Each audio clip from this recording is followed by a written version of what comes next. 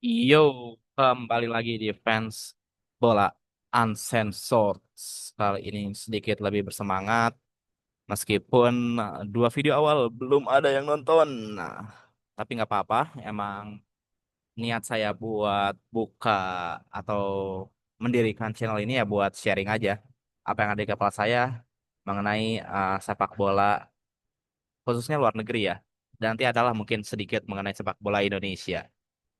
Nah, sebenarnya teman-teman, tadinya saya mau bahas soal klub-klub Liga Inggris secara menyeluruh karena kemarin sudah bahas soal tim promosi dan saya juga udah nyiapin materi soal tim papan bawah, tim papan tengah sampai tim yang berlaga di kompetisi Eropa. Namun karena keterbatasan waktu, bentar lagi Premier League bakal mulai.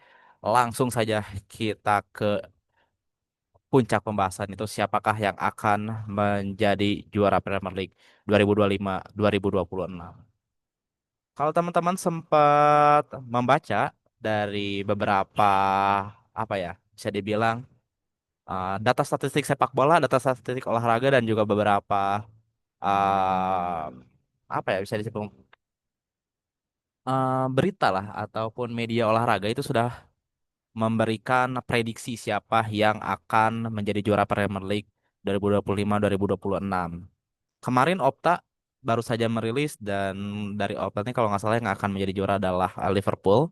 Peringkat duanya nih Arsenal, tiga City, keempat Chelsea dan beberapa media lain pun banyak yang sepakat bahwa Liverpool ini difavoritkan untuk menjadi juara Premier League 2025-2026. Tapi apakah kalian setuju atau tidak? Tentunya ini dapat menjadi perdebatan ya. Apalagi kemarin saat FA Community Shield, Liverpool kalah lawan Crystal Palace. Meskipun ini bukan suatu parameter, namun masih terdapat PR bagi Liverpool untuk dapat menjadi juara back to back 2025 ataupun Premier League musim depan. Apa saja yang menjadi catatan? Sebenarnya untuk pergerakan transfer Liverpool untuk memperkuat skuadnya musim ini untuk mempertahankan gelar juaranya bisa dibilang cukup baik.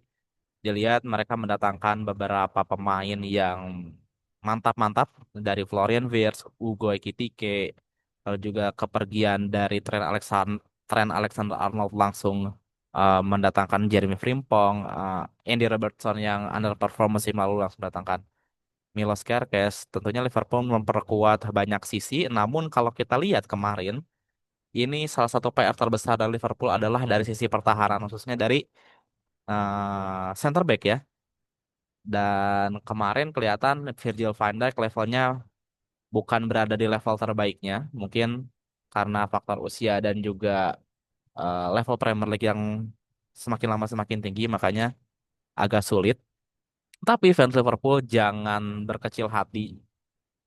Fabrizio Romano sudah mengabarkan tadi malam, bahwa Liverpool ini sudah menargetkan dua back baru. Tentunya ini angin segar buat Liverpool ya. Kalau dilihat dua back baru tersebut adalah Mark Guehi dari Crystal Palace.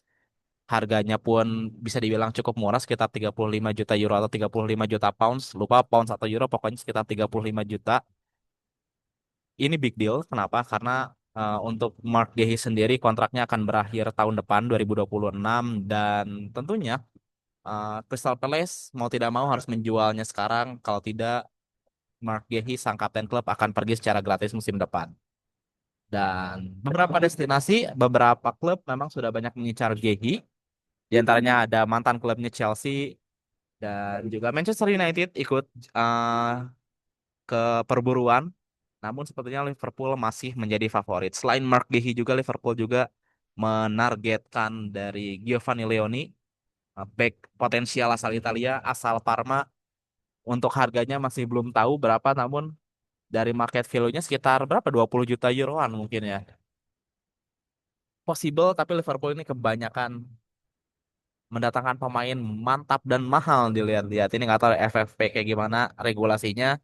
Mungkin bisa diatasi dengan gaji pemain yang tidak terlalu besar ya. Ini saya juga belum ngecek di Capology berapa gaji pemain dari Liverpool musim ini. Namun kalau misalnya Liverpool benar mendatangkan Mark Gehey dan Giovanni Leone, ini tentunya suatu tambahan apa ya? Tambahan tenaga yang cukup segar di lini belakang, mengingat sekarang lini belakang Liverpool nih ada 4 pemain saja. Seingat saya ada Ibrahima Konate, Virgil van Dijk, Joe Gomez, dan juga Reece Williams. Kalau misalnya dari Ibrahima Konate ataupun Virgil van Dijk ada yang cedera tanpa mendatangkan Gehi dan Leoni, ini tentunya akan menjadi PR besar bagi Liverpool untuk bisa terus berada di jalur juara. Jadi memang Liverpool ini difavoritkan, skuadnya cukup padu dari skuad kemarin saja bisa menjuali Premier League. Maksudnya dari skuad sisaan dari Jurgen Klopp, Arne Slot berhasil mempertahankannya dan menjuarai Premier League. Sekarang sedikit rombak, mungkin ini selera dari Arne Slot sendiri, namun ya masih tetap kita lihat seperti apa Liverpool musim depan. Feeling saya mungkin apa ya, bisa menjadi back to back juara, namun tidak mudah karena tim-tim lain juga cukup berbahaya. Yang kedua, yang mungkin berada di persaingan juara lagi dan lagi, the one and only Arsenal. Setelah bertahun-tahun finish di posisi kedua, harusnya ya Arsenal nih bisa menjuarai Premier League.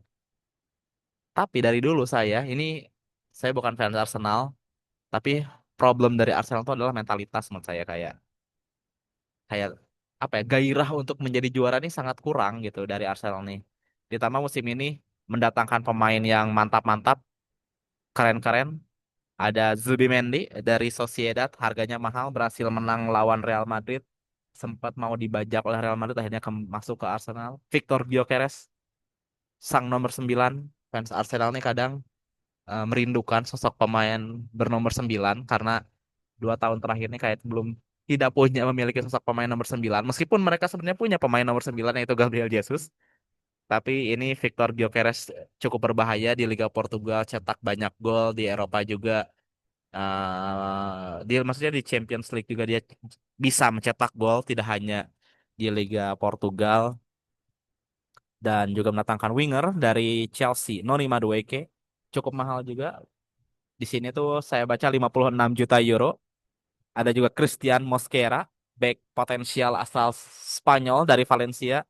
Ini murah aja 15 juta euro, dan Kepa, kiper backup, Christian Odegaard dari Brentford. Keputusan transfernya cukup baik, cukup bagus, memperkuat dari semua sisi. Dari kiper ada, dari CDM langsung dua, soalnya kan Jorginho dan Partey cabut juga, Jorginho ke Brazil, ke Flamengo, dan Partey ke Villarreal. Pengen nomor 9 datangkan striker mantap, dan untuk sayap mendatangkan Noni Madueke. Mas. Lalu selanjutnya adalah mungkin menurut saya ya, untuk posisi nomor 3 ataupun yang akan bersaing cukup ketat adalah Chelsea. Ini sedikit bias karena FYI teman-teman, ini saya ini fans Chelsea. Tapi saya berusaha seobjektif mungkin membahas Chelsea musim ini. Memang Chelsea di laga pramusim dan juga di Club World Cup tampil cukup baik, tampil cukup ciamik. Kayak mungkin ini apa ya, hasil dari proses Enzo Maresca selama 1 tahun penuh, dan pemain-pemain yang gabung di Chelsea musim panas ini juga cukup perform, apalagi ya yang join sebelum ke World Cup. Di sini ada Liam Delap, lalu juga Joao Pedro, bro, dua striker itu akhirnya bisa cetak gol. Dan Chelsea masih punya Nicholas Jackson yang kemarin menjadi salah satu apa ya namanya nih, penyumbang gol, meskipun musim ini dirumorkan akan pindah. Dan juga mendatangkan dua sayap, sebenarnya ini udah lama, William Estevao dari Palmeiras sudah deal done dari beberapa tahun yang lalu, namun baru join musim panas ini.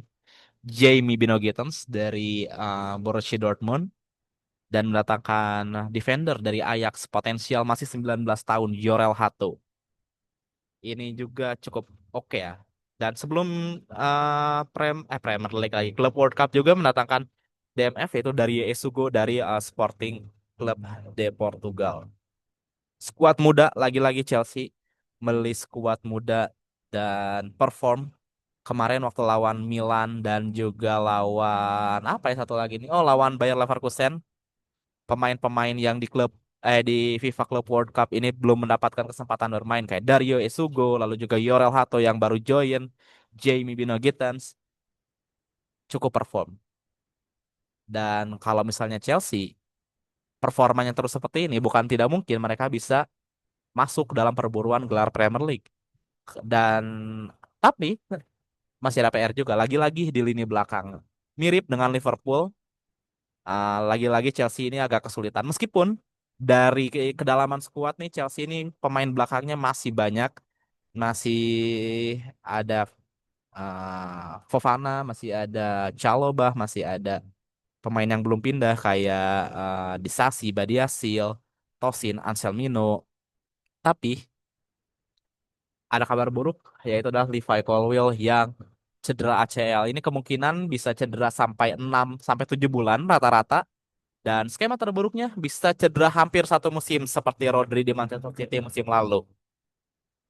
Dan kalau kita lihat juga memang kedalaman skuad Chelsea untuk pemain belakang nih tidak terlalu bagus, belum terlalu solid, belum terlalu teruji. Makanya ini akan menjadi catatan. Perlu kita lihat seperti apa pertahanan Chelsea musim depan. Dan saya juga berharap untuk sang kapten Rich James untuk tidak terlalu cedera karena performanya di klub World Cup cukup bagus, di pramusim juga cukup bagus ya, tetap di maintain lah.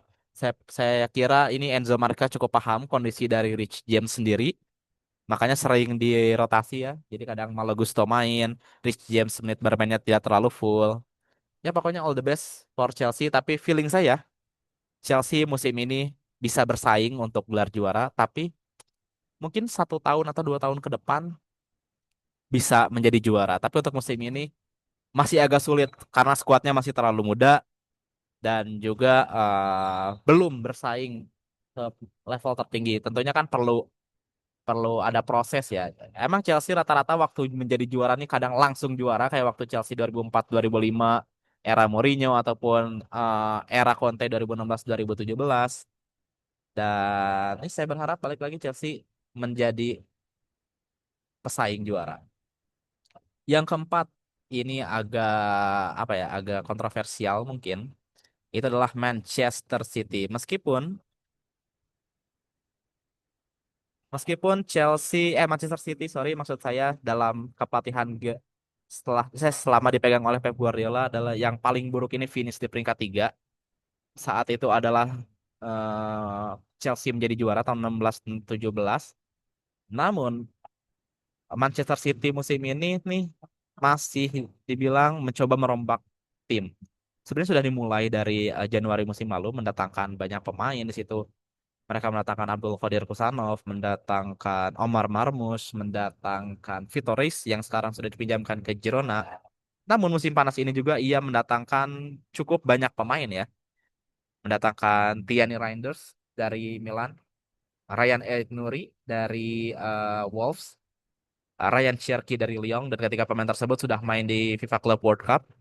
Dan baru-baru ini baru mendatangkan James Trafford dari Burnley serta Marcus Bettinelli ya, kiper juga backup.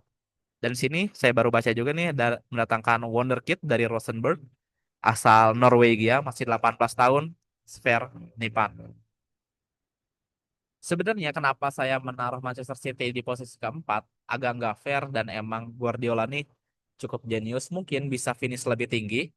Ya, saya sangat senang kalau misalnya Guardiola membuktikan saya salah, karena kalau misalnya Manchester City ngotot, otomatis persaingan Liga Inggris cukup ketat, cukup menarik. Tapi kenapa ya balik lagi karena Manchester City ini masih bongkar pasang pemain ya. Setelah ditinggal Kevin De Bruyne, kita masih menunggu siapa yang akan mengisi peran dari De Bruyne. Apakah ada pemain yang mengisi peran tersebut seperti mungkin Bernardo Silva ataupun ada siapa ya, Ryan Cherky, atau mungkin Guardiola menciptakan peran baru seperti waktu dia di Bayern menciptakan formasi baru, peran baru. Tentunya ini patut kita tunggu bagaimana Pep Guardiola akan memasang formasi. Karena jujur saya belum nonton pramusim dari City, kita belum tahu seperti apa Manchester City bermain. Dan juga Manchester City cukup banyak keluar pemain ya, maksudnya banyak pemain yang cabut, kayak ada Kevin De Bruyne, Kai Walker. Sebenarnya Kai Walker sudah cabut dari Januari, gabung Milan pinjaman, sekarang masuk Burnley. Ada Jack Grealish yang dipinjamkan ke Everton. Lalu juga Savinho dirumorkan bakal join Spurs. Dan yang menjadi apa ya, hangat-hangat sekarang ini saya take sebelum UEFA Super Cup antara PSG lawan Spurs, dan ada suatu berita mencengangkan bahwa Donnarumma tidak dimasukkan dalam skuad PSG dan 100% akan dijual. Dan Manchester City menjadi terdepan dalam mendapatkan Donnarumma. Ini gila karena City saat ini sudah punya tiga kiper mantap, ada Ederson, ada Ortego Moreno, dan juga ada Trafford yang baru didatangkan dari Burnley. Dan juga musim ini mendatangkan Bettinelli, namun Bettinelli sepertinya akan menjadi kiper ketiga atau kiper backup. Dan apalagi kalau Donnarumma masuk, ini Manchester City punya 5 goalkeeper dan tentunya akan ada kiper yang cabut, kemungkinan ya Ederson dan Ortega Moreno. Siapa sih namanya? Ortega Moreno. Ya itulah pokoknya kiper nomor 18 di Manchester. Mungkin itu prediksi dari saya, tapi ada honorable mention karena nggak MU nggak makan, akan sedikit bahas soal MU karena MU ini mendatangkan nggak terlalu banyak pemain sebenarnya, hanya 4 pemain, ada Benjamin Sesko, Brian Mbeumo, Mateus Cunha, dan Diego Leon. Untuk 3 pemain yang disebutkan di awal, mahal-mahal semua, di atas 70 juta euro. Mateus Cunha 74,2 juta euro, Brian Mbeumo 75 juta euro, Benjamin Sesko 76,5 juta euro. Seharusnya United yang musim lalu finish di posisi 15 bisa finish lebih baik. Minimal di posisi Eropa. Kalau misalnya skemanya Liga Inggris seperti tahun ini, pemain lagi apa ya, klub yang lolos ke Liga Champions ada 5 klub, seharusnya ya United bisa. Nggak ada excuse buat Amorim karena mendatangkan pemain yang mantap-mantap, yang top kayak Brian Mbeumo dan Mateus Cunha ini udah proven di Premier League dan dari statistiknya pun lumayan oke. Dan ini juga pemain yang cocok dengan skema Amorim karena Amorim bakal pakai 3-4-2-1. Cunha dan Mbeumo ini bisa bermain di posisi second striker ya ataupun winger untuk nge-backup ataupun membantu strikernya. Højlund dan juga Zirkzee yang nggak perform langsung aja diganti oleh Benjamin Sesko, sangat mahal, dan masih kita lihat karena Sesko ini salah satu striker potensial ya, dari jumlah golnya mungkin tidak sebanyak Gyökeres ataupun Erling Haaland, namun tentunya patut dipantau bagaimana Benjamin Sesko dapat adaptasi di Premier League, apalagi untuk match day pertama Manchester United ini cukup sulit karena akan menghadapi Arsenal, City, dan eh, siapa ya awal-awalnya, kalau nggak ada Arsenal di match day pertama, lalu City di match day 5. Ya pokoknya agak berat lah untuk Manchester United mengawali musim, dan kita patut lihat apakah United bisa menghadapinya atau kembali terseok-seok seperti musim lalu. Tapi saya sih berharap United bisa minimal ya zona Eropa lah. Dan satu lagi honorable mention adalah Tottenham Hotspur. Biar kita pas bahas Big Six. Kenapa Spurs? Sebenarnya agak kecewa saya dengan Spurs karena dia memecat Ange Postecoglou karena berhasil menjuarai Europa League, dan juga Son Heung-min cabut ke MLS bersama LAFC. Namun salah satu kenapa saya bilang Tottenham ini cukup menarik meskipun secara pramusim nggak terlalu oke ya. Pramusimnya tidak terlalu menjanjikan, kayak kemarin baru aja dibantai sama Bayern Munchen, dan juga ya pokoknya kurang kurang menjanjikan lah, tapi skuad dari Tottenham ini cukup potensial, dan saya cukup senang lah dengan skuad Tottenham meskipun tahun lalu finish di posisi 17 ya, tapi saya berharap dengan dibawa oleh Thomas Frank yang emang sudah proven di Premier League, sudah berpengalaman bersama Brentford kan kayak selalu berada di papan tengah, harusnya dengan skuad Tottenham saat ini bisalah zona Eropa lah ya, minimal Europa League ataupun Conference League harusnya bisa untuk Tottenham Hotspur. Ya, segitu dulu, mungkin ini sudah lama juga. Terima kasih teman-teman, selalu support, dan ciao, bye-bye.